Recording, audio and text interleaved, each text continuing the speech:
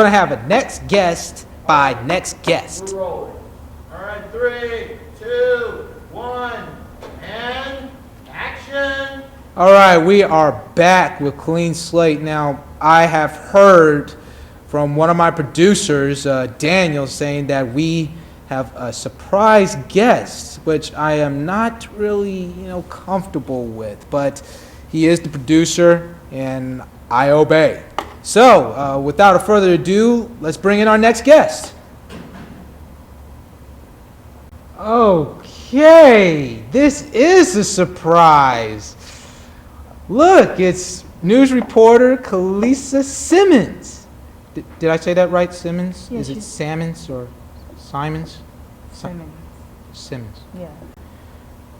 Yeah. Let's see. How's your day been? My day's been pretty good. How about yours?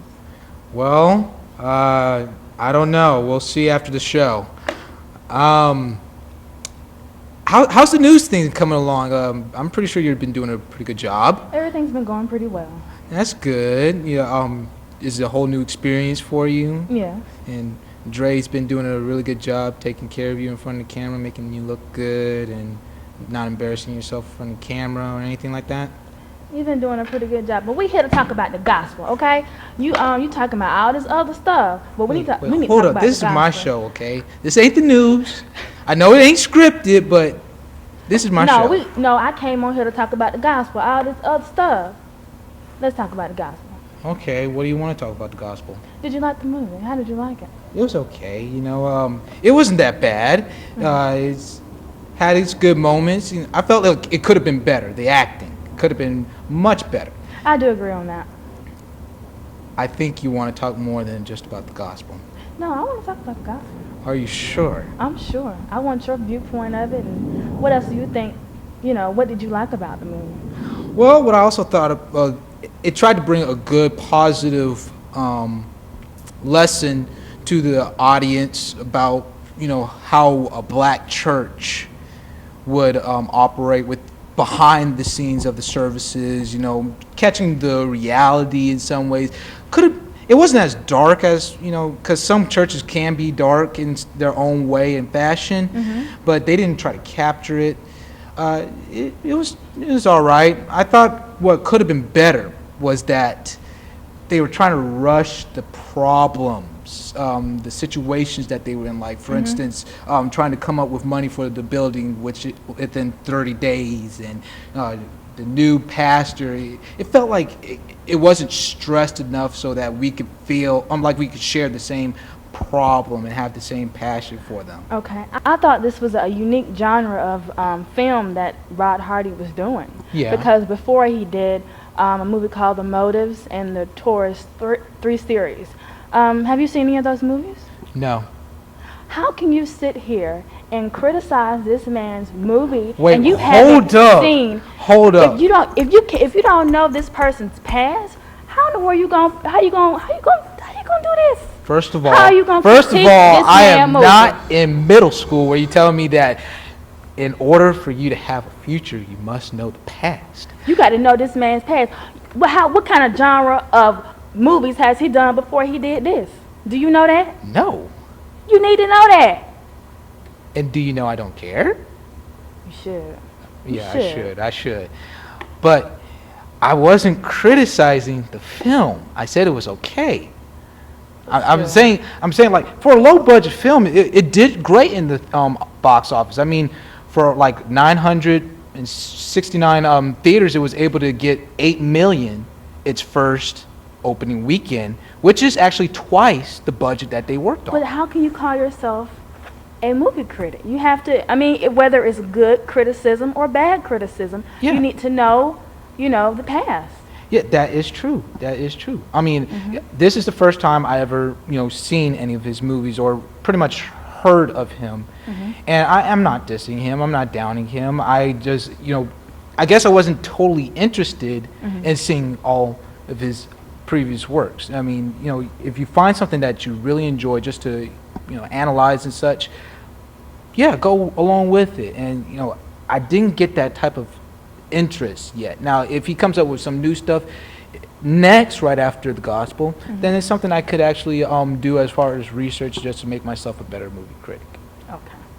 But I did enjoy the movie. I thought that Mr. Hardy did a good job, you know, telling the story of the prodigal son, and having the music in the movie, you know, made it very interesting. You know that they actually clapped off beat in the film? I didn't notice that. Yeah, they was like, and the song was Only you would notice that, Roy. well, because I play drums over at my church. Yeah.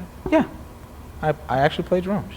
And then I don't do piano at the church, but you know, I'm trying to learn a little bit. You know, yeah, not say like I'll be professional, but you know, just something to enjoy.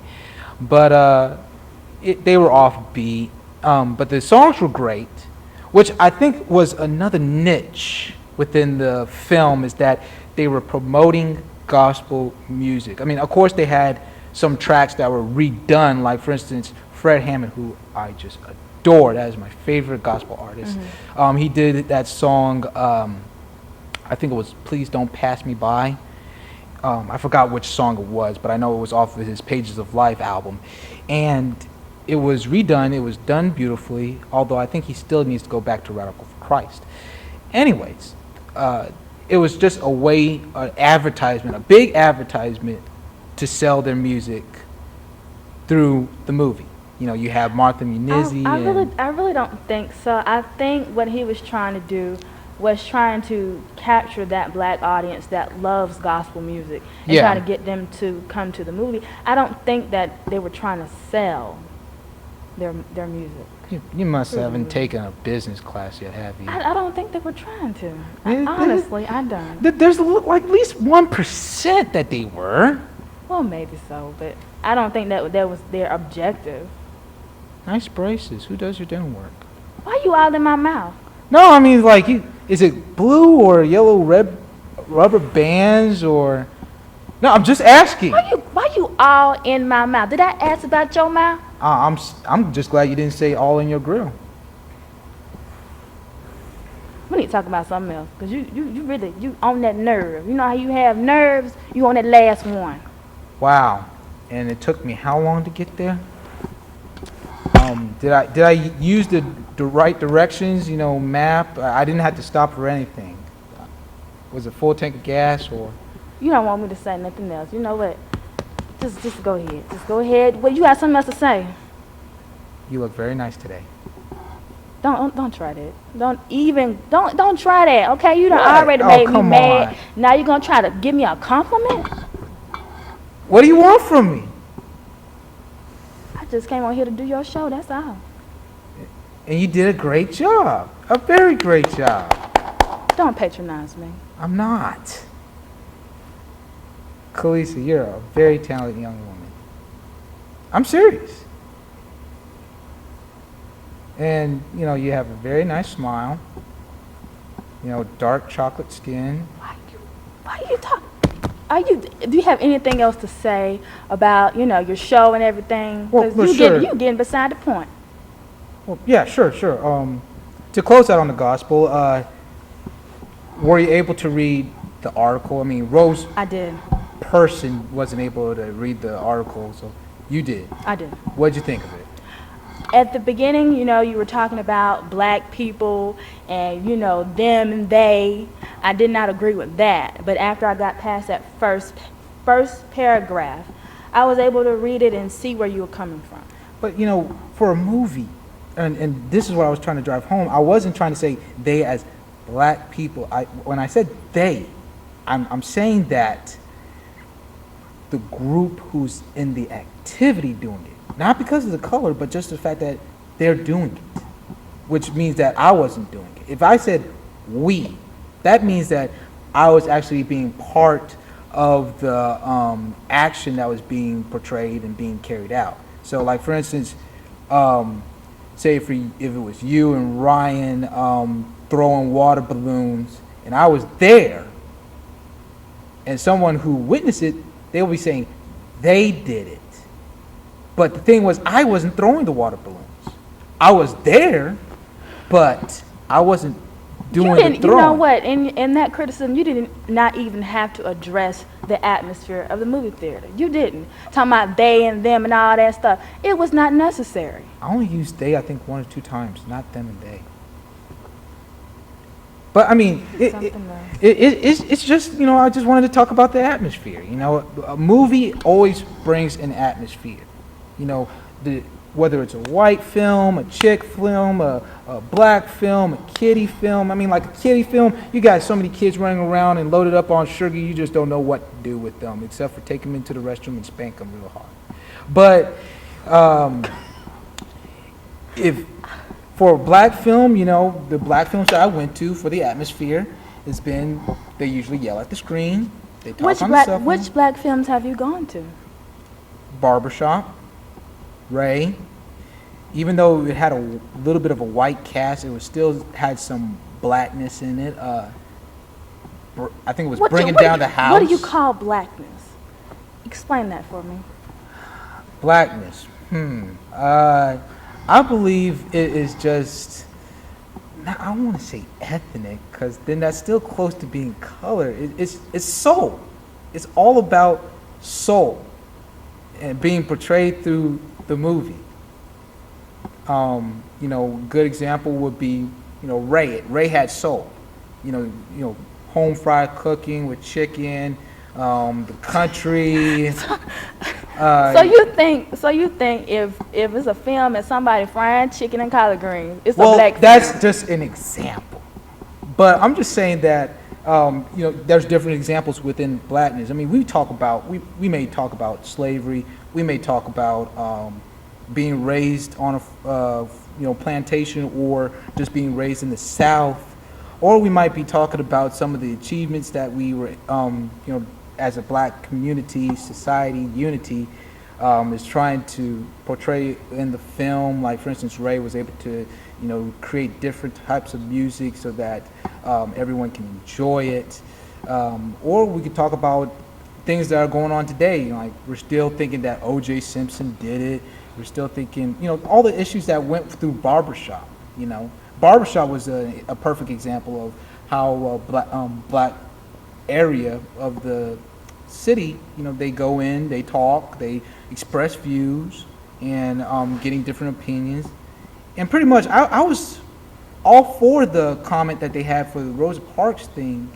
Not to down Rosa Parks, but it brought a sense of the barbershop experience. You always got one person with one view that everybody's going to criticize.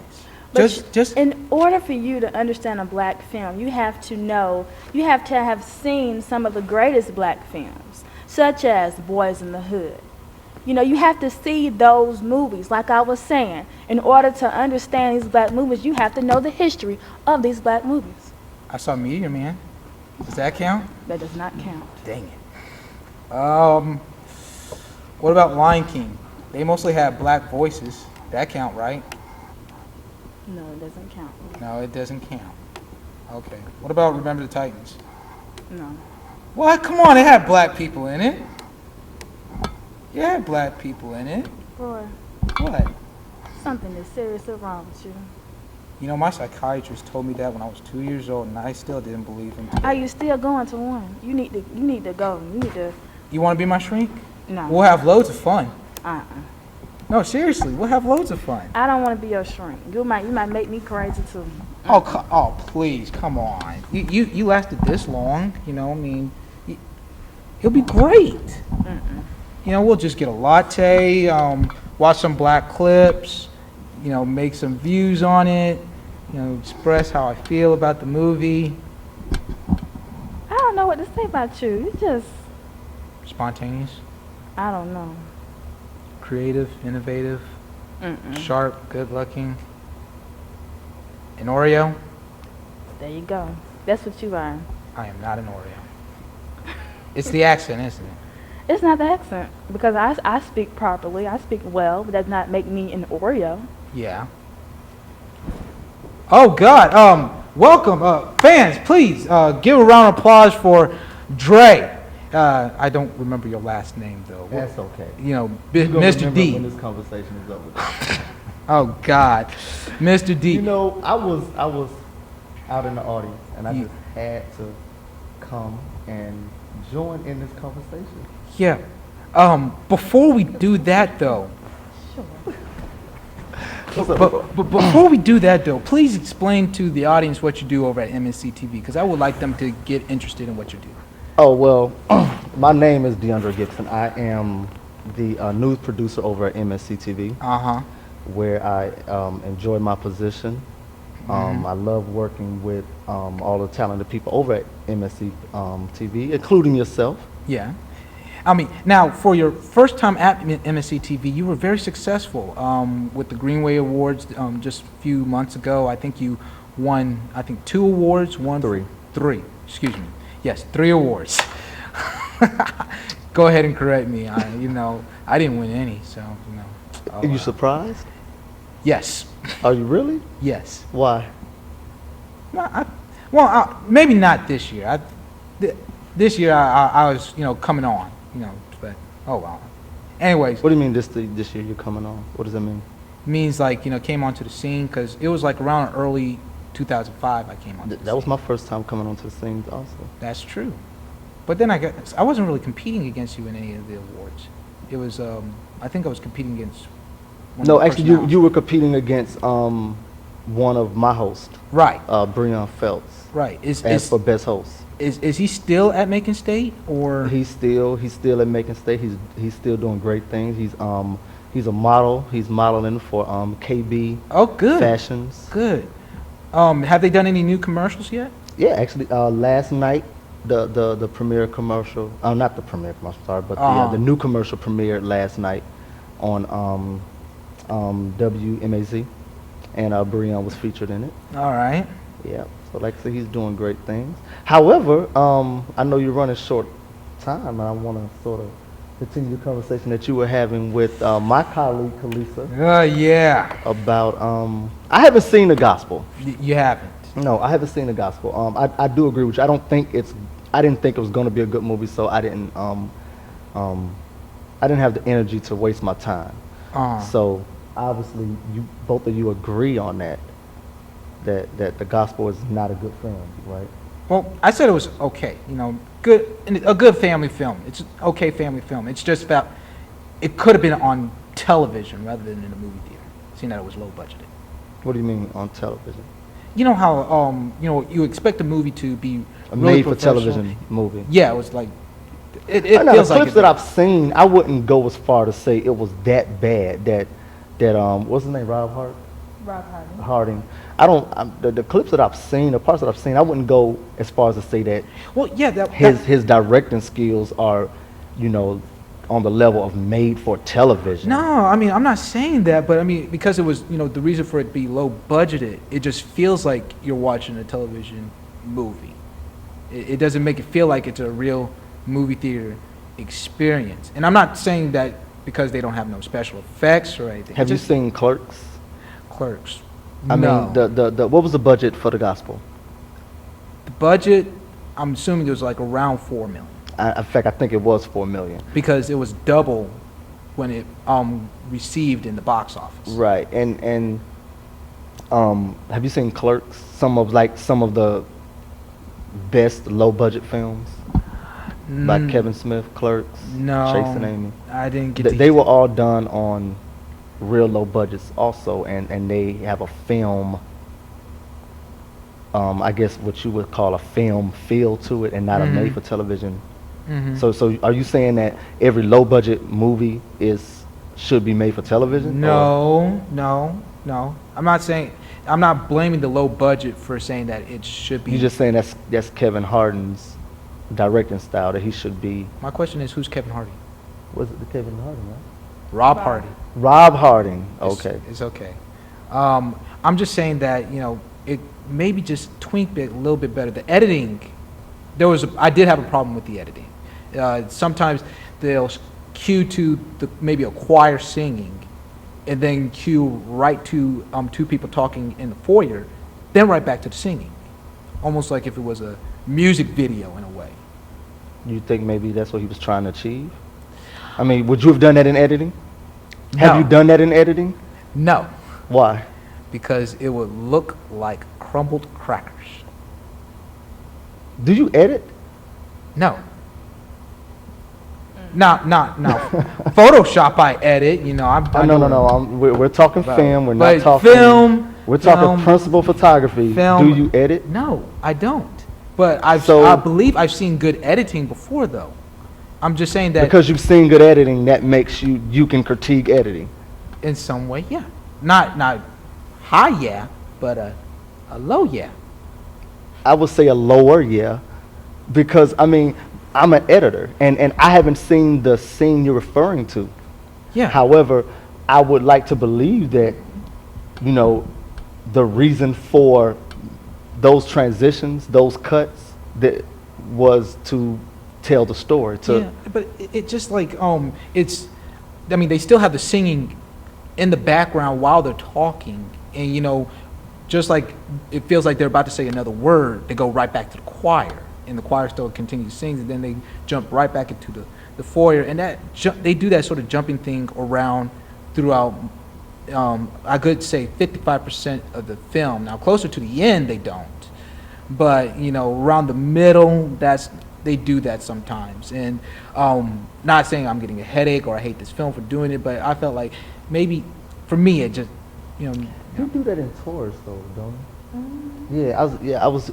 What you're describing is I guess that's part of his technique, because he did that in the tour series a lot. Okay. So what you're sort of critiquing his technique as a director. Well, I mean, guess I like would. me. That's like me saying that I really hate George Lucas's wipes because I'm not a fan of using a lot of wipes. Yeah. You know. Yeah, and I mean, and that's, you know, his own way of editing. I can understand that, you know, and probably so. But you can't critique that. I mean, in a way you can, because No, I'm saying you can't because you're not an editor. You can't critique that. I mean, you have nothing. You have nothing sort of. I mean, for example, how are you going to say that his editor is not a good editor when you haven't edited anything? If you're not a director, how do you critique someone's directing? That's true. But then we still critique about many things that we're not good with. Like, for instance, politics. A lot of people saying like, oh, George Bush is doing a terrible job, but they don't, they're not necessarily in that politician field. That's a little bit different because when George Bush does a bad job, it directly affects you and me. That's a little bit different. That's like critiquing my mother because she didn't get me the G.I. Joe in 1987. Or it's that reflects me when George Bush doesn't do a good or like job. another example, like cooking. You know, do you cook a lot? No. But you would still critique someone's cooking, though, right? No, I would just say if it tastes good or not. Yeah, and I'm just saying, to me, it wasn't that good. I don't know. I can't agree with you, Roy. I'm sorry. I can't agree with you because it's okay. I mean, I just sort of. This is why, you know, we have this show. You know, I'm to just. It's sort of. I can't agree with you, who has almost nothing to do with film, in any aspect, critiquing film. And I think my colleague brought it up that you don't know the history of film. You haven't seen some of the. Well, Rob Hardy's film. Well, no, you haven't seen a lot of the most important film that most film buffs or film people have seen. You haven't seen a lot of films, but yet you sort of have this broad opinion on what's a good film. Yeah, for what I've known, for what I've seen. I never critique anything that I haven't seen or I have not known. That But would your make knowledge me of like film is limited. I know it is limited, but for what I am limited for, I still critique, you know? I mean, if I know that you're wearing those blasted pants from Walmart. Plastic?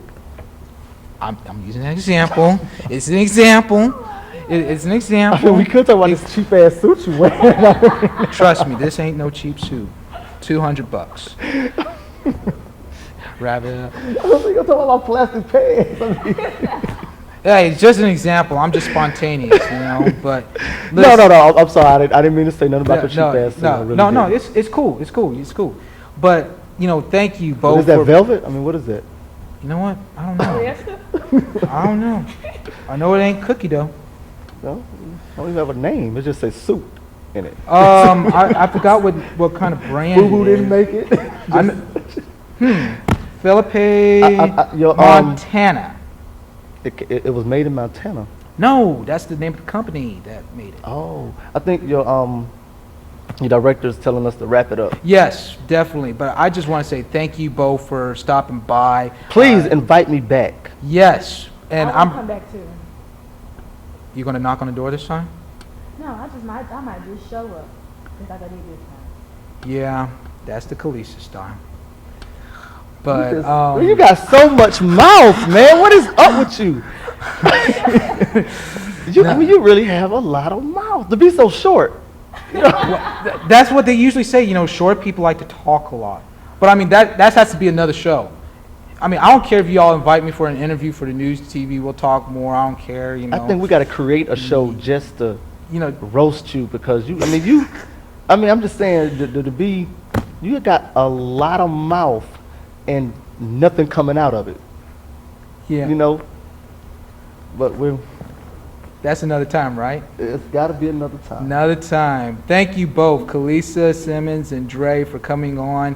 Please watch the news. They do a great job with. And our new show coming out the 478. The Yeah. 478. Yes, please watch that. We'll be right back. Don't go away.